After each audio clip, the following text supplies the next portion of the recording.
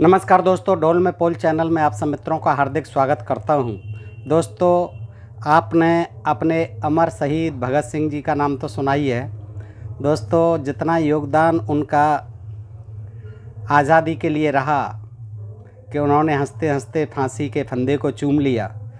दोस्तों, इसके अतिरिक्त उनके एक सामाजिक जीवन का पहलू भी था कि वो धर्म को और ईश्वर को किस रूप में देखते थे। पहले वो आस्तिक थे, ईश्वर में श्रद्धा रखते थे, लेकिन बाद में उनको जो है इतनी विवेक हुआ, इतना ज्ञान हुआ, खोज की, जब उन्होंने अध्ययन किया, पढ़ा, तो उन्होंने ईश्वर को नकार दिया और उन्होंने स्वयं को नास्तिक घोषित कर दिया। तो दोस्तों, संक्षेप में मैं आज आप उनके इस विचार से और इस विचारधारा से ज्ञात कराना चाहता हूं कि वो भगत सिंह जी ने क्यों कहा कि मैं नास्तिक हूँ, और उन्होंने उस पर एक किताब भी लिखी कि मैं नास्तिक क्यों हूँ, और उसमें पुस्तक में अन्य लेख भी हैं उनके। तो भगत सिंह का ये जो दूसरा पहलू है जीवन का, वो हम लोगों ने अभी तक नहीं जाना है। दोस्तों, मैं चाहता हूँ कि आप उनके इस क्रांतिकारी इस रूप को भी देखें, समझें, उनके जो क्रांतिकारी विचार थे धर्म के बारे में और ईश्वर के बारे में।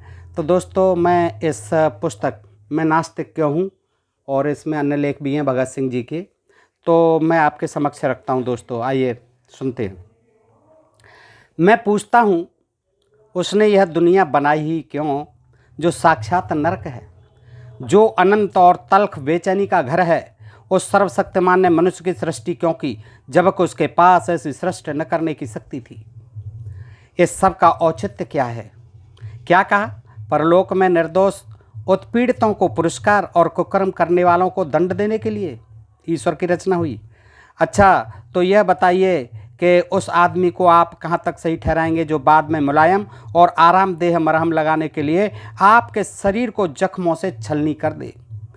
ग्लैडिएटरों की संस्था के समर्थक और प्रबंधक जो पहले तो लोगों को भूखे और क्रुद्ध शेरों के सामने फेंक देते थे, और बाद में अगर वे लोग जिंदा बच जाते तो उनकी बड़ी अच्छी देखभाल करते थे, कहाँ तक सही थी? इसलिए मैं पूछता हूँ कि उस चेतन परम सत्ता ने इस दुनिया की और उसमें मनुष्य की सृष्टि क्यों की? अपने मज़े के लिए? तो फिर उसमें और नीरो में क्या फ़र्क है? ईश्वर में और नीरो में फिर क्या फ़र्क है? हिंदू दर्शन के पास तो अभी और भी तर्क होंगे, लेकिन मुसलमान और ईसाइयों, मैं आप लोगों से पूछता हूँ कि आपके पास ऊपर के सवाल का क्या जवाब है? आप तो पूर्व जन्म में विश्वास नहीं करते। हिंदुओं की तरह आप यह तर्क नहीं दे सकते कि प्रत्यक्ष रूप से निर्दोष लोग इसलिए दुख पा रहे हैं कि पूर्व जन्म में उन्होंने बुरे कर्म किए थे। मैं तो आपसे पूछता हूँ कि उस सर्वशक्तिमान ने 6 दिनों तक शब्द के द्वारा इस दुनिया को बनाने की मेहनत क्यों की, और क्यों प्रतिदिन यह कहा कि सब ठीक है? आज उसे बुलाइए, उसे पिछला इतिहास दिखाइए, उससे कहिए कि वह वर्तमान स्थिति का अध्ययन करे, देखें वह कैसे कहता है कि सब ठीक है। जेलों की काल कोठरियों, गंदी बस्तियों और झुग्गी झोंपड़ियों में भूखे मरते लाखों लोग पूंजीवादी राक्षसों द्वारा अपना रक्त चूसे जाने की प्रक्रिया को धैर्यपूर्वक या रिक्त भाव से देखने वाले शोषित मजदूरों, मामूली समझ वाले आदमी को भी आतंकित कर देने वाली मानवीय ऊर्जा की फिजूल खर्चियों और ज़रूरतमंद उत्पादकों में बांटने के बजाय अतिरिक्त उत्पादन को समुद्र में फेंक देने जैसे कार्यों से लेकर नरक कंकालों की नींव पर खड़े किए गए शाही महलों तक हर चीज़ उसे दिखाइए, ईश्वर को, और जरा उससे कहलाइए कि सब ठीक है। यह सब क्यों और कहाँ से आया, यह है मेरा सवाल। आप खामोश हैं तो ठीक है, मैं अपनी बात आगे बढ़ाता हूँ। अच्छा हिंदुओं, आप कहते हैं कि जो लोग आज दुख पा रहे हैं वे पूर्व जन्मों के पापी हैं। ठीक, आप यह भी कहते हैं कि आज के उत्पीड़क लोग पूर्व जन्मों के धर्मात्मा हैं, इसलिए उनके हाथ में सत्ता है। मानना पड़ेगा कि आपके पूर्वज बड़े चालाक थे। उन्होंने ऐसे सिद्धांत खोज निकालने का प्रयास किया जिनसे विवेक और अविश्वास के आधार पर की जाने वाली तमाम कोशिशों को दबा दिया जाए। लेकिन आइए विश्लेषण करके देखें कि वास्तव में इस तर्क में कितना दम है। अगर हम सभी मनुष्यों को अपराधी मान भी लें तो ईश्वर द्वारा उन्हें दी जाने वाली सजा कैसी है? आप कहते हैं कि वह उन्हें गाय, बिल्ली, वृक्ष, जड़ी बूटी या जानवर बनाकर दुनिया में भेजता है सजा के तौर पर। आप इन सजाओं की संख्या 84 लाख बताते हैं। 84 लाख योनियों में जीव भटकता है। मैं पूछता हूँ, इसका मनुष्य पर कौन सा सुधारात्मक प्रभाव पड़ता है? आपको ऐसे कितने लोग मिले जो कहते हों कि पाप करने के कारण पिछले जन्म में वे गधा बने हुए थे? एक भी नहीं। ऐसा कोई नहीं कहता है कि हम पिछले जन्म के पापों के कारण गधे बने थे। अपने पुराणों के उदाहरण रहने दीजिए। आपकी पौराणिक कहानियों में उलझने की फुर्सत मेरे पास नहीं है। आप तो यह बताइए कि आप जानते हैं कि इस दुनिया में सबसे बड़ा पाप गरीब होना है, लेकिन आपके अनुसार यह लोगों को ईश्वर द्वारा दी गई सजा है। मैं पूछता हूं, आप उस अपराध विज्ञानी को, उस विद्वेता या विधायक को कैसे उचित ठहराएंगे जो आदमी को अनिवार्यतः और ज़्यादा अपराध करने के लिए मजबूर करने वाली सजाएं तजवीज़ करे? क्या आपके ईश्वर ने इस चीज़ पर गौर नहीं किया, या उसे भी ऐसी बातें अनुभव से सीखनी पड़ती हैं? लेकिन मानवता को अकथनीय दुख झेलकर इसके लिए कितनी बड़ी कीमत चुकानी पड़ती है। किसी गरीब और अनपढ़ चमार या भंगी के घर पैदा होने वाले आदमी की नियत आपके ख्याल से क्या होगी? वह गरीब है, इसलिए पढ़ लिख नहीं सकता। तथाकथित ऊंची जाति में पैदा होने के कारण स्वयं को श्रेष्ठ मानने वाले उसके संगी साथी उससे नफरत करते हैं और अछूत मानकर अलग थलग रखते हैं। उसका अज्ञान, उसकी गरीबी और उसके साथ किया जाने वाला बर्ताव समाज के प्रति उसके हृदय को कठोर बना देगा। मान लीजिए वह कोई पाप करता है तो उसकी सजा कौन भुगतेगा? ईश्वर, वह स्वयं या समाज के ज्ञानवान लोग?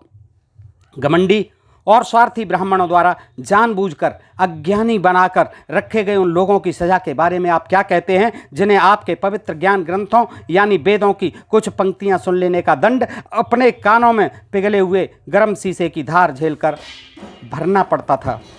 अगर उनका कोई अपराध था भी तो उसके लिए जिम्मेदार कौन था और उसका नतीजा किसको भुगतना चाहिए था? मेरे प्यारे दोस्तों, ये सिद्धांत विशेषाधिकार प्राप्त लोगों के मनगढ़ंत सिद्धांत हैं। वे इन सिद्धांतों के जरिए जबरदस्ती हथियाई हुई अपनी शक्ति, संपन्नता और श्रेष्ठता को उचित ठहराते हैं। याद आया, शायद अपटन सिंक्लेयर ने कहीं लिखा है कि आदमी को अमरता में विश्वास करने वाला बना दो और उसके पास धन संपत्ति आज जो कुछ भी है वह सब लूट लो। वह उफ नहीं करेगा, यहाँ तक कि अपने को लुटवाने में खुद आपकी मदद करेगा। धार्मिक उपदेशकों और सत्ताधारियों की मिलीभगत से ही जेलों, फांसियों, कोड़ों और इन सिद्धांतों का निर्माण हुआ है। मैं पूछता हूँ, जब कोई आदमी पाप या अपराध करना चाहता है तो आपका सर्वशक्तिमान ईश्वर उसे रोकता क्यों नहीं? उसके लिए तो यह बहुत ही आसान काम होगा। उसने जंगबाजों को मारकर या उनके भीतर युद्धोन्माद को मारकर मनुष्यता को विश्व युद्ध की महाविपत्ति से क्यों नहीं बचाया? वह अंग्रेजों के मन में कोई ऐसी भावना क्यों नहीं पैदा कर देता कि वे हिंदुस्तान को आज़ाद कर दें? वह तमाम पूंजीपतियों के दिलों में परोपकार का ऐसा जज्बा क्यों नहीं भर देता कि वे उत्पादन के साधनों पर अपने निजी स्वामित्व के अधिकार को त्याग दें और इस प्रकार सारे मेहनत कश वर्ग को ही नहीं बल्कि संपूर्ण मानव समाज को पूंजीवाद के बंधन से मुक्त कर दें?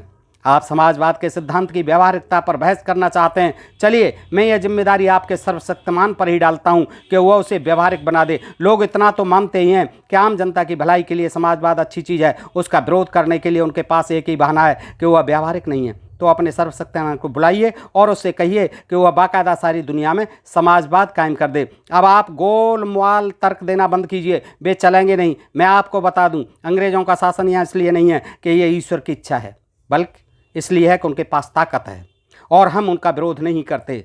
वे ईश्वर की सहायता उदासीनता की सहायता से नहीं बल्कि तोपों, बंदूकों, बमों और गोलियों, पुलिस और फौज तथा हमारी उदासीनता की सहायता से हमें गुलाम बनाए हुए हैं और एक राष्ट्र द्वारा दूसरे राष्ट्र का निर्लज्ज शोषण करने की सबसे घृणित पाप समाज के विरुद्ध सफलतापूर्वक करते चले आ रहे हैं। ईश्वर कहाँ है? वह क्या कर रहा है? क्या वह मानव जाति के इन सब दुखों और तकलीफ़ों का मजा ले रहा है? तब तो वह नीरो है, चंगेज खां है, उसका नाश हो। आपका दूसरा तर्क ये हो सकता है कि जन्म से ही अंधे या लंगड़े पैदा होने वाले बच्चे यदि पूर्व जन्म के कर्मों के कारण नहीं तो किस कारण से ऐसे पैदा होते हैं? जीव विज्ञानी इसकी व्याख्या कर चुके हैं और उनके अनुसार यह महज एक जीव वैज्ञानिक घटना है। उनके अनुसार इसके लिए माता पिता उत्तरदायी होते हैं, चाहे वे गर्भावस्था में ही बच्चे में हो जाने वाली विकृतियों को जन्म देने वाले अपने कार्यों के प्रति सचेत हों या न हों। स्वाभाविक है कि आप एक और सवाल पूछेंगे, हालांकि सारता हुआ सवाल बचकाना है। आपका सवाल होगा, यदि ईश्वर था ही नहीं तो लोग उसमें विश्वास कैसे करने लगे? मेरा स्पष्ट उत्तर है और संक्षिप्त है कि लोग जिस तरह भूतों और प्रेतात्माओं में विश्वास करने लगे उसी तरह ईश्वर में विश्वास करने लगे। फर्क सिर्फ यह है कि ईश्वर में विश्वास सर्वव्यापी है और इसका दर्शन बहुत विकसित है। कुछ प्रवर्तनवादी यह मानते हैं कि ईश्वर की उत्पत्ति शोषकों की चालबाजी से हुई, जो एक परम सत्ता के अस्तित्व का प्रचार करके और फिर उससे प्राप्त सत्ता और विशेष अधिकारों का दावा करके लोगों को गुलाम बनाना चाहते थे। ईश्वर की उत्पत्ति के बारे में मेरा अपना विचार है कि मनुष्य ने जब अपनी कमियों और कमजोरियों पर विचार करते हुए अपनी सीमाओं का एहसास किया तो मनुष्य को तमाम कठिन परिस्थितियों का साहसपूर्वक सामना करने और तमाम खतरों के साथ वीरतापूर्वक जूझने की प्रेरणा देने वाली तथा सुख समृद्धि के दिनों में उसे उच्छृंखल हो जाने से रोकने और नियंत्रित करने वाली सत्ता के रूप में ईश्वर की कल्पना की। अपने निजी नियमों वाले और पालनहार जैसी उदारता वाले ईश्वर की कल्पना खूब बढ़ा चढ़ा कर की गई और वैसा ही उसका विशद चित्रण किया गया। उसके क्रोध और मनमानी नियमों की चर्चा करके उसका इस्तेमाल एक निवारक तत्व के रूप में किया जाता था ताकि आदमी समाज के लिए खतरा न बन जाए। उसके पालनहार जैसे गुणों की चर्चा करके उससे पिता, माता, बहन और भाई, मित्र और सहायक का काम लिया जाता था ताकि आदमी जब भारी मुसीबत में हो और सब लोग धोखा देकर उसका साथ छोड़ गए हों तो वह विचार से तसल्ली कर ले कि कम से कम एक तो उसका सच्चा मित्र है जो उसकी सहायता करेगा, उसे सहारा देगा और जो ऐसा सर्वशक्तिमान है कि कुछ भी कर सकता है। आदिम युग के समाज में यह चीज़ सचमुच बड़ी उपयोगी थी। मुसीबत में पड़े आदमी के लिए ईश्वर का विचार मददगार होता था। समाज ने जिस प्रकार मूर्ति पूजा और धार्मिक संकीर्णताओं के विरुद्ध संघर्ष किया है उसी प्रकार उसे इस विश्वास के विरुद्ध भी संघर्ष करना होगा। इसी तरह इंसान जब अपने पैरों पर खड़े होने की कोशिश करेगा और यथार्थवादी बनेगा तो उसे अपनी आस्तिकता को झटक कर फेंक देना पड़ेगा और परिस्थितियां चाहे उसे कैसी भी मुसीबत और परेशानी में डाल दें उनका सामना मर्दानगी के साथ करना पड़ेगा। मेरी हालत ठीक इसी प्रकार की है। मेरे दोस्तों, यह अहमन्यता नहीं है, यह मेरे सोचने का तरीका है जिसने मुझे नास्तिक बना दिया है। मैं नहीं जानता कि ईश्वर में विश्वास करने और रोज़ प्रार्थना करने से, जिसे मैं आदमी का सबसे बड़ा स्वार्थपूर्ण और घटिया काम समझता हूँ, मुझे राहत मिलती या मेरी हालत और भी बदतर हुई होती।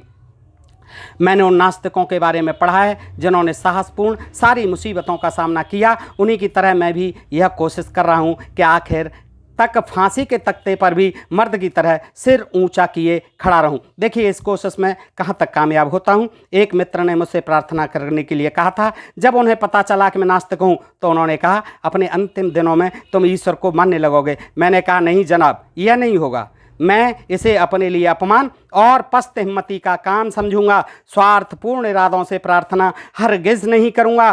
पाठकों और मित्रों, क्या यह अहमन्यता है? अगर है तो मैं इसका हामी हूँ। दोस्तों, ये पुस्तक से मैं नास्तिक क्यों से रखा। मैं समझता हूँ कि आपको यह वीडियो बहुत पसंद आएगा। मित्रों को शेयर करें, साथ ही ढोल में पोल चैनल को सब्सक्राइब करते रहें। सुनने के लिए बहुत बहुत आभार। जय हिंद, नमस्कार, जय भारत दोस्तों।